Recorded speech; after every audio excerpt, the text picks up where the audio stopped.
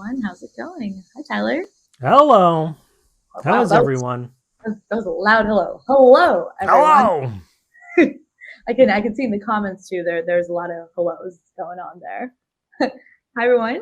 How is it going, Tyler? Are you? I'm doing well. We can Doing hear you. super. That's good. You have a solid voice, better recovery and We're whatnot. getting there. I don't know. We'll see. We'll see how it goes, but we're getting there. Sweet. Well, hi everyone. For those of you who don't know, or this is the first time y'all are coming across this video or joining us on stream, I'm Anukia. I'm a dev advocate at SDF, the Stellar Development Foundation, and I do a lot of things. A lot of stuff. And we basically focus on developer adoption on Soroban and Stellar, and so that's kind of what I do in a broader spectrum. And Tyler, I'll let you introduce yourself. Yep. I'm Tyler Vanderhoeven. I'm also a developer advocate at the Stellar Development Foundation. I've been building apps for a long time and enjoy walking people through the codes. Uh, we've got Soroban, our smart contract platform, launching here not too long. So spending a lot of time fiddling around with smart contracts, Rust, WebAssembly, doing code games, et cetera, et cetera, et cetera. It's been a fun time. I'm very excited to finally get this thing live, get some smart contracts out there. Yeah, absolutely.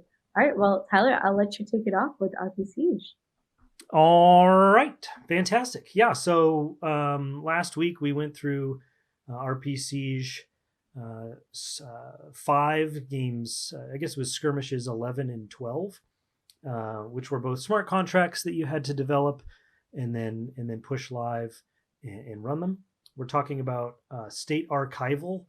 Soroban has a nice solution to the problem of state bloat. So this is the idea that data just keeps going on chain forever, and apparently nodes are just supposed to host it for eternity and not get compensated, and that's just not going to work. And so every blockchain is going to have to solve this in one way or the other. And Soroban's launching with a solution to this baked in from day one. We call it state archival, where for data to exist and be maintained on chain, it'll need to be bumped, and then if it is archived, it will need to be restored to become available again. So there's lots of good details to get into on that front. I'm going to pull over here the docs. So Soroban docs has some great information about state archival. So you want to go and make sure and familiarize yourself with this idea of persisting data and state archival. And the last siege that we did, excuse me, Siege 5 of the RPCiege, was all about this state archival and how to bump data and store data, and then also we're restoring data today. So there's 2 ways to really deal with state archival. The first is inside of a contract, where you're setting data and then also bumping it, which kind of pushes out its expiration or its archival date at some point into the future. And then you can do that within smart contract code. That was the last 2 skirmishes that we did. And then today we'll be going over how to do this outside of the smart contract. So particularly in the case of state archival, where you've got data that you want to rehydrate back onto the main chain, you'll need to do that with a special Stellar operation. You can't do that within a contract because the contract may have expired. So there's a special Stellar operation you can call to restore data back onto the chain. And you can actually also bump data separate from a smart contract in a Stellar transaction or a Stellar operation. So that's what we're going to be doing. The 13 and 14 games, I've got 2 tests that I run here. I use these to pass the games myself when I was developing them. So we're just going to kind of walk through these 2 test scripts that I built that I run to test these 2 games. The first one is going to deal with bumping or extending the time to live on a ledger key. So there's lots of information involved here. I'm going to try and walk through some of it as best as I can. But there's a lot of good information, particularly in the state archival model or the state archival doc. We'll be following this examples tutorial. I'm going to give you a fair warning that at the time I recorded this video, or did it live, as the case may be, this document is a little bit out of date. We just pushed a brand new version to the FutureNet for Soroban, so this tutorial is a little bit out of date, but the concepts here are solid, and then the script that I'll be showing will be completely up to date. I am hopeful that this will actually get even easier to do in the not too far future. But regardless, it is a really good practice to get into, or at least have the experience for how to build Soroban transactions by hand, which is what we'll be doing. Again, there's a lot of the Stellar SDK, Soroban client, if you're still using that, has a lot of really good helpers, but it can kind of hide away a lot of the magic that's going on behind the scenes. And if things end up going wrong, or you need something really custom for the construction of your transaction, whether it's something fancy with your authentication, or you just want to inspect your transaction and understand what's going on, being able to know how to construct a valid Soroban transaction for submission to the Stellar network is a very valuable skill. So that's kind of what we're going to be walking through today. There is a utility function, which appropriately named Yeet transaction, where we push that transaction out into the network, and then we're just going to kind of poll to see its state. When you send a transaction to a core node, it doesn't immediately validate it. It takes 5 seconds, right? So ledgers close about every 5 to 6 seconds on Stellar. And so you push a transaction and it immediately gets onto whatever core node you've pushed it to, but then it sits there for a minute while it collects a bunch of transactions from all over the world. And then those transactions actually go through consensus and either fail or succeed, or as we're looking for it, it may not be found yet because the ledger hasn't closed. So there can be many different states that a transaction can go into after it's kind of made its initial successful kind of pending state on a core node. So there's some funny things or unique things, blockchain unique things to the process of sending and then reviewing whether or not a transaction failed or succeeded. And for that, we have this nice little helpful function here that will allow you to send that transaction and then kind of pull our RPC endpoint to see if it is actually successful or failed, and why it might have. So we'll use that. We'll call that in our utility directory here. Most of the first part of this is just setup, but it is some important setup. In my particular case, the contract we'll be calling won't matter. This could literally be anything, so long as it's actually installed and deployed onto, in our case, the FutureNet. But if you've got any transaction, all we're going to be doing is essentially bumping the contract code and the data for the hash of the WASM file of this contract. So a contract consists, I think there's actually a diagram in here. A contract exists, of a couple of different pieces. So you've got a contract WASM. So when you deploy a contract, it actually takes that WASM blob and installs it, and then references it with a hash of that WASM blob. And then when you deploy the contract, you're really just deploying an instance of that contract's WASM, which essentially says, here's my deployed contract ID, which then points to the contract WASM hash, which would be the actual code for your contract ID, which is pretty cool because there's the ability to upgrade contracts where you can actually swap out the hash that your contract is pointing to, so you can update your contracts even though you're not changing the code itself, you're changing the pointer, which is neat. You could construct a function that would require more signatures or DAO consensus, or you could remove that function and your contract can't be updated. But you have the flexibility to essentially decouple your deployed contract from the installed WASM that the contract code when it's run is pointed to, which is kind of cool. But that also means that you've got two pieces of data that you actually need to bump or restore. The actual contract WASM itself, so that doesn't get archived, and then the contract ID or the instance of your contract. So that's what these two pieces that will be bumping and restoring will be. The first one is the contract code itself. So we're looking up the hash. And we're saying, hey, make sure to keep this code up to date, and then also the instance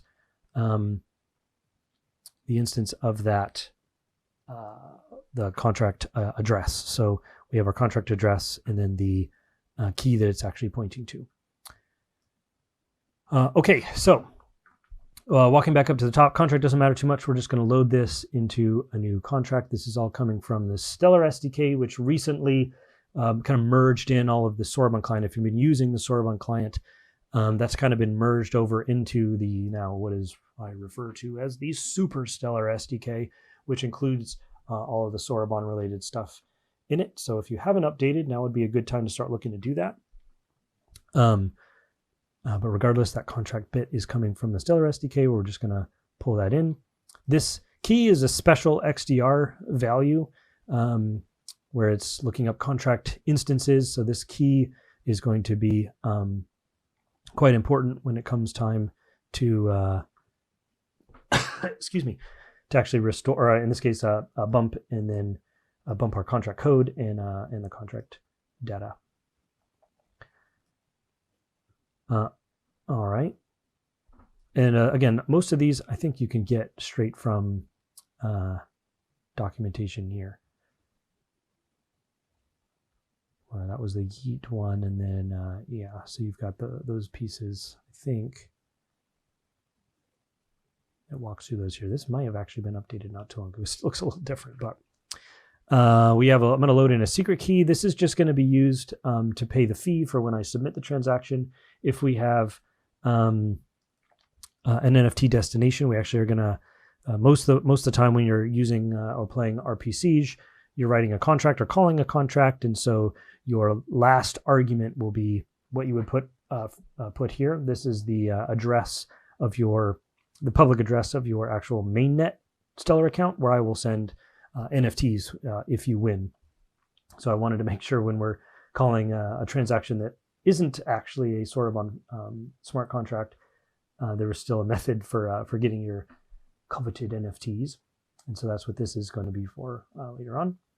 We load up an account, and we're actually using the RPC endpoint for this, but this is going to load up an account, which will give us the information that we need for like the sequence number.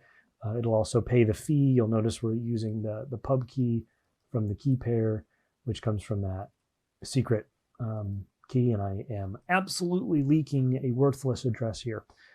So feel free to steal all of my testnet lumens. But maybe not until this video is finished, because it'll be awkward when I actually try to run this.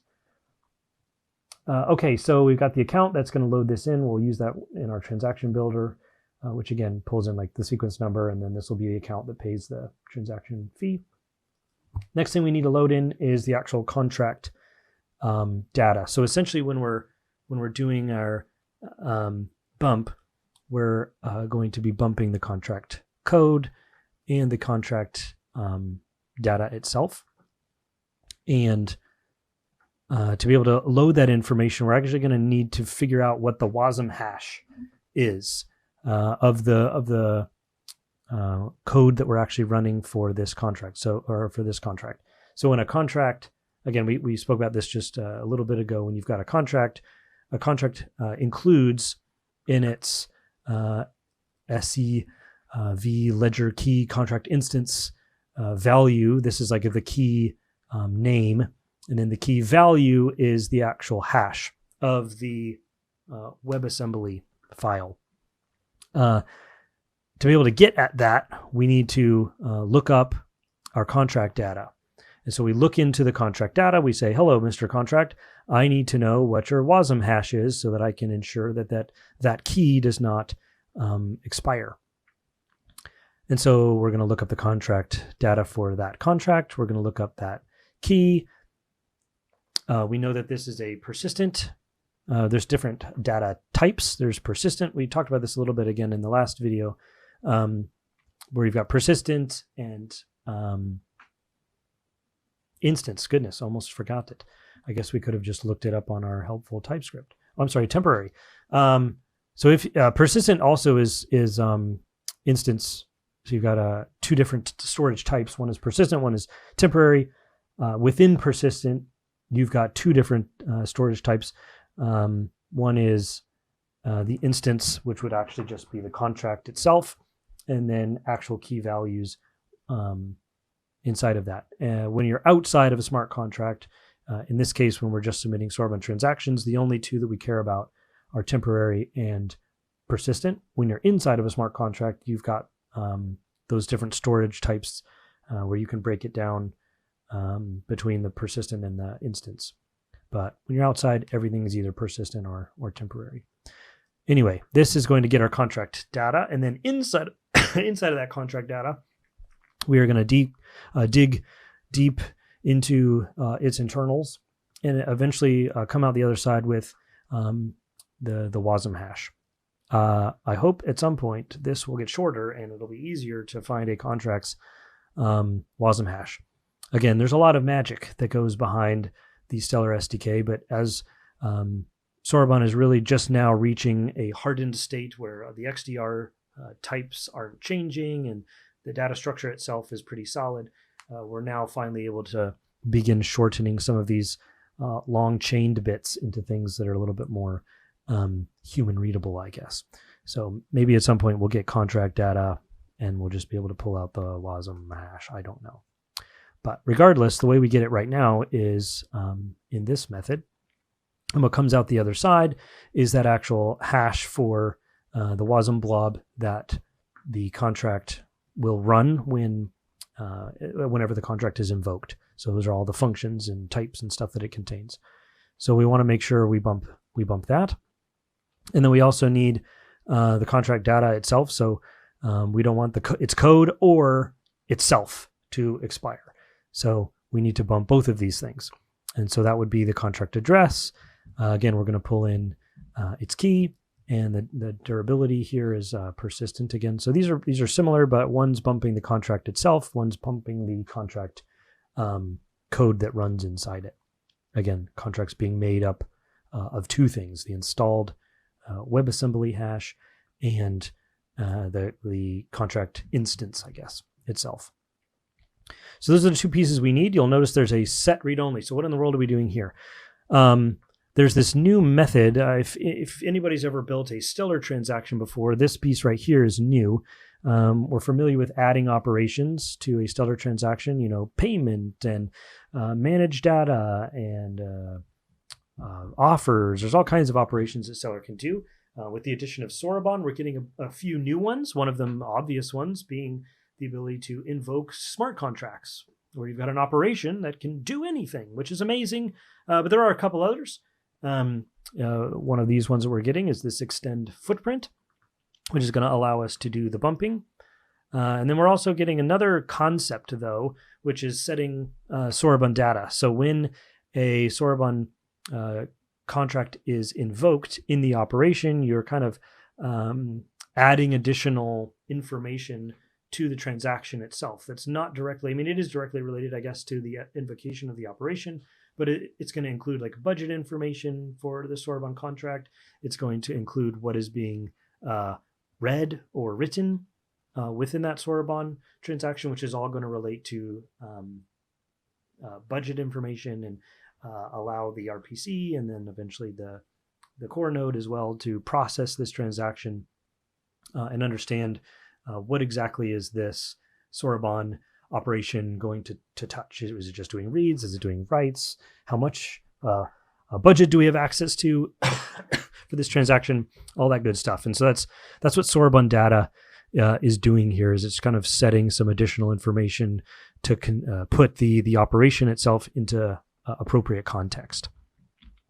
And what you may not be doing a lot of the times, if you're doing like a simulation, is manually constructing your Soroban data, because what you're able to do most of the time is run your operation, have the invocation, you kind of construct it, you omit this piece here, and then you run a simulation, and that simulation will return back to you a transaction information that you would use then to set your Soroban data. And if you use something like server.assemble,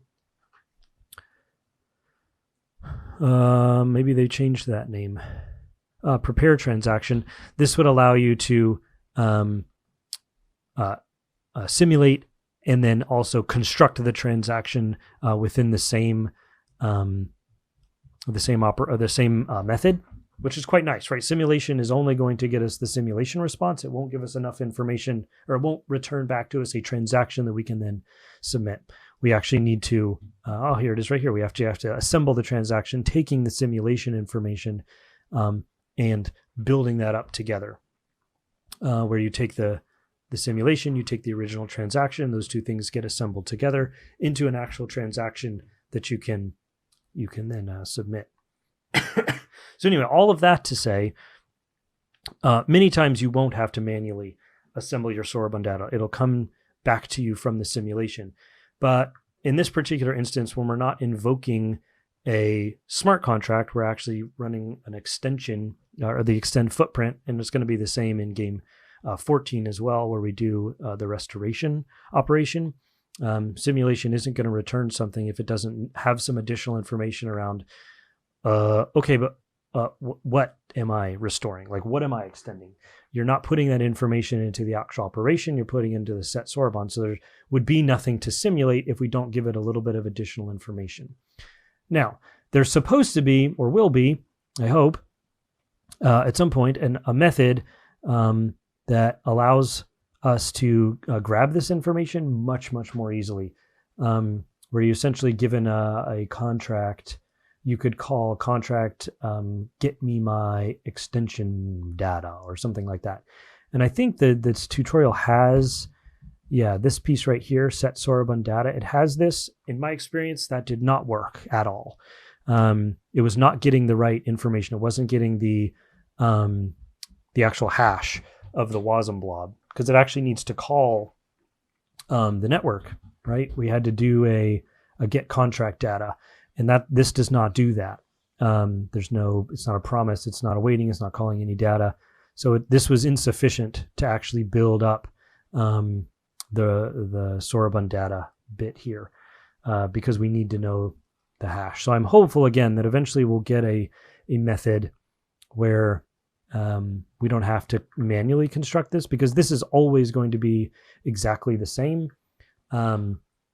And it's always going to be discovered in the same way. And so it would be very easy to put this into a helper method where you could construct this from a method. So I am hopeful that we'll get this. If any of you brilliant engineers out there are listening, you could go into the Stellar SDK and submit a PR for basically just taking this code and turning it into a helper method, where then we can just call something like contract,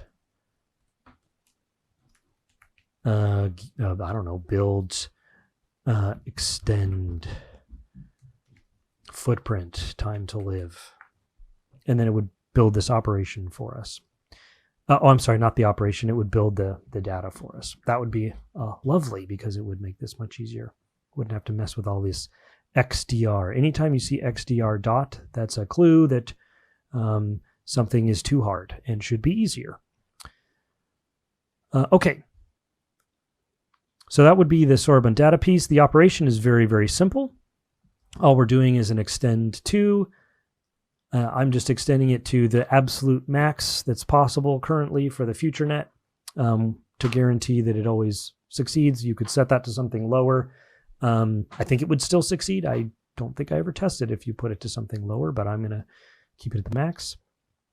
I go ahead and do a simulation on this. You need to do a simulation because there's no budget that's set in this, so I'm not actually sure exactly how much this is going to cost, which is why a simulation is really helpful, where you take as much information as you can give it, and then you send it to a simulation, and that'll bring back in this sim, it'll bring back budget information that you can then use when you assemble this transaction together with the previous transaction, which didn't have a budget. Put these two things together, and now you've got a fully constructed transaction, including budget information, along with all the bits you needed for extending the footprint in this case. I make sure to add a memo, which is my NFT destination. And you'll notice you can't actually just put in the public key because it would be too long if it was just a string. So to be able to get your key into a format that's acceptable as a hash, you need to turn your public key for your NFT destination into a hash, which is relatively simple. Just take your key pair, pull it from a public key, and then spit out the raw public key, which is the buffer, the 32-byte buffer, which is what the memo hash is expecting. Okay, fantastic.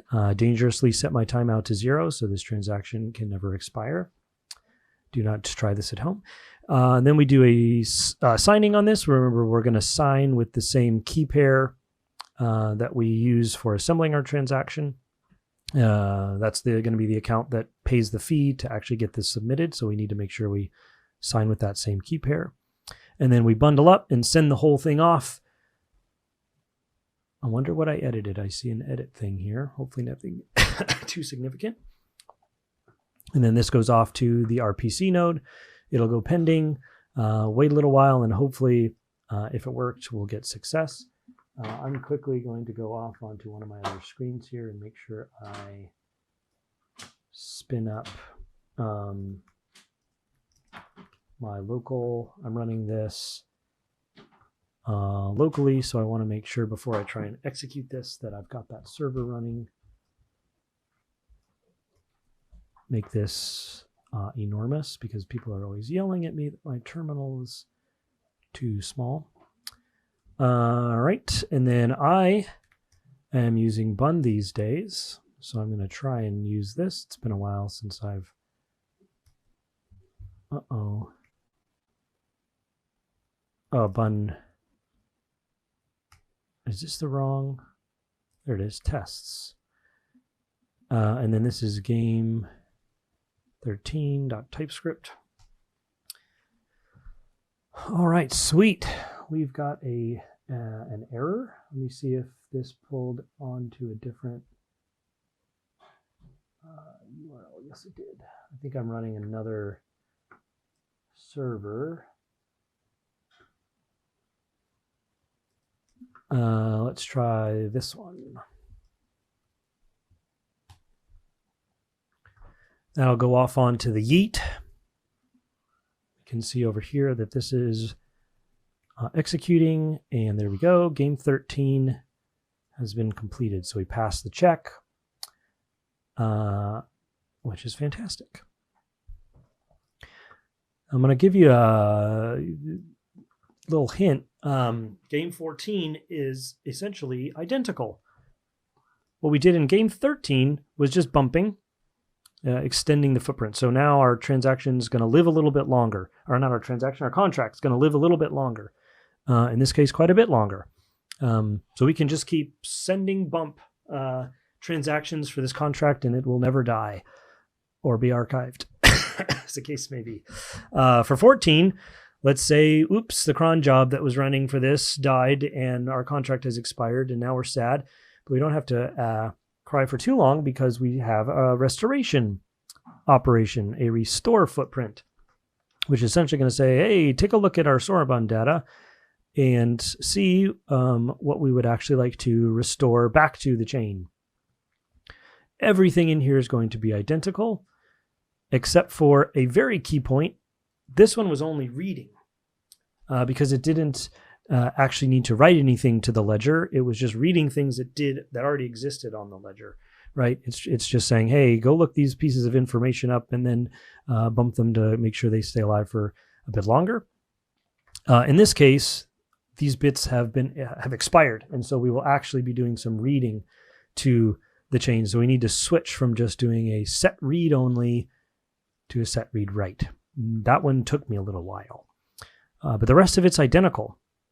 The only thing we're really changing is instead of executing a extend footprint, time to live operation, we're executing a restore footprint, and the arguments are empty. Again, simulation here would be insufficient unless we were building our Soroban data by hand, which is why we need to do this, because this is going to be entirely insufficient to know what in the world do you want me to restore. I want you to restore this. And so right now we build those by hand and put that into the restore, and everything else is exactly identical. Let's go back to, let's go ahead and clear this, and then go from game 13 to game 14 and see if our execution is successful. There we go. Game 14 was successfully completed. Fantastic. And you'll get a little insight here too. I think we end up seeing a failure on this side. When you win a game on RPCiege and you've included a memo, or in this case, or you've included your NFT destination as the final argument, a lot of magic gets kicked off with cron tasks, or I guess scheduled tasks in my backend, which looks up your address, make sure you don't already have the badge. It goes through a whole list of checks.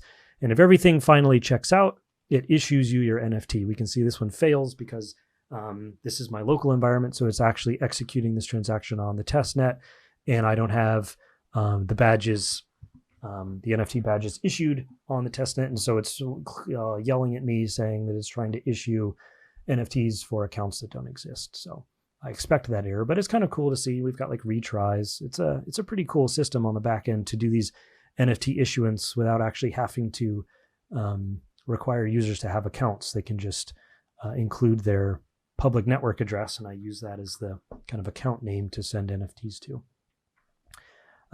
Okay, I'm going to look at the chat real quick and see if we've got any questions. If people do have questions, feel free to put those in the chat, and I can answer them. Otherwise, we'll wrap up for games 13 and 14 of RPCiege 5. Let's see here. Yes, contract ID get hash would be very nice. I would love to shorten this, well, really both of this. It's a monstrosity and it shouldn't be there. Does contract get footprint? I don't think so, because I know that the get footprint didn't actually grab the WASM hash for the contract in question. It grabbed something, but last I looked, it was not the somethings that I needed. And you can actually go and call this. I'm going to do it in the other one just so that I don't forget. Was that a server? Or no, it was contract, wasn't it? Ooh, oh my goodness. Contract get footprint, right? I don't think this is a promise thing. So if we did a console log on that really quick, and then I'm going to just return. Yeah, Bun's going to yell at me. TypeScript, rather. Can it? Okay. All right, buddy. Going to make me do this. Do it the hard way. It grabs a bunch of information, but the information that it's grabbing does not actually contain just the Soroban get data or get footprint stuff, but then also if you were to actually look at the footprint, the XDR or the ledger keys that it includes are not the ones that we need. So let me see if I can pull this out a little bit.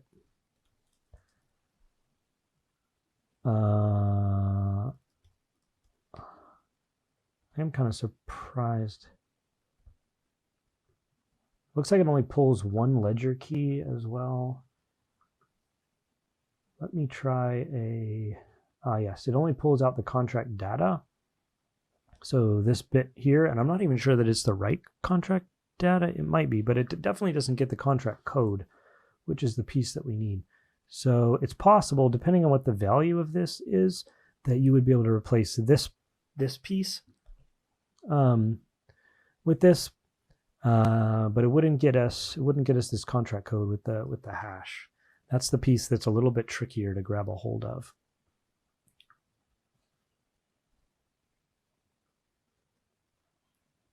The WASM isn't optional now, meaning every instance bump would also bump the WASM hash. That's a good question.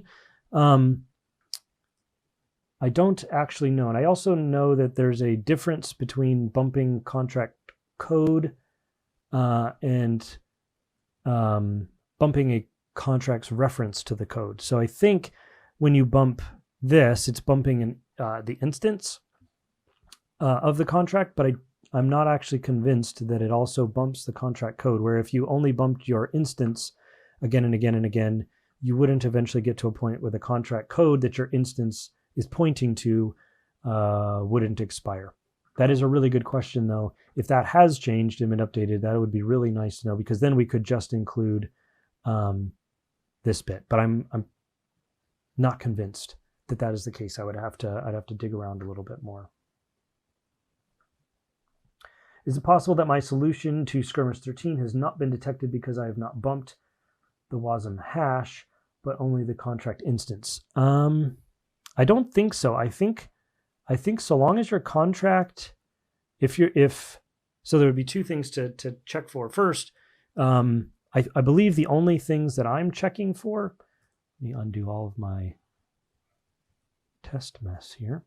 I think the only things that I'm checking for both of these is a successful transaction submission, which includes an extend footprint time to live operation and includes a restore footprint operation.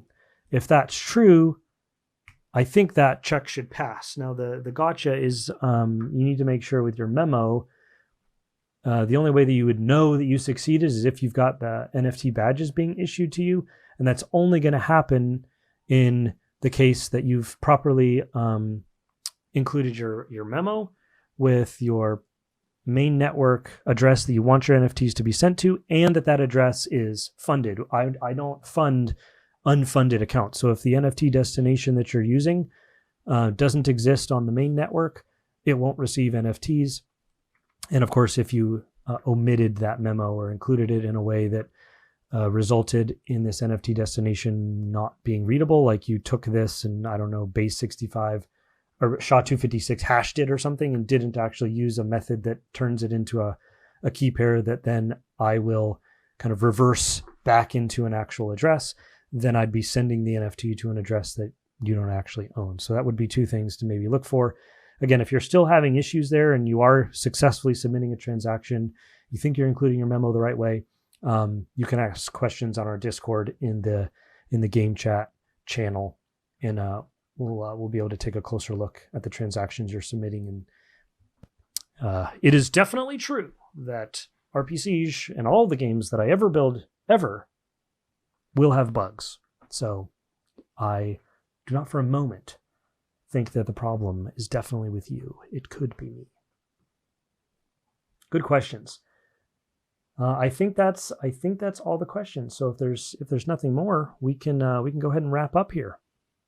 All right. Thank you everyone for joining us. We will see you at the next stream. Bye, Tyler. Thank you. Yep, fantastic. And real quick, we've got another Soroban developers meeting tomorrow. So there's another event. Make sure to pop in the Discord. We're going to be talking about all things Protocol 20. Protocol 20, the stable release, landed on FutureNet last week. It'll be landing on testnet next week. So there's some things to talk about there.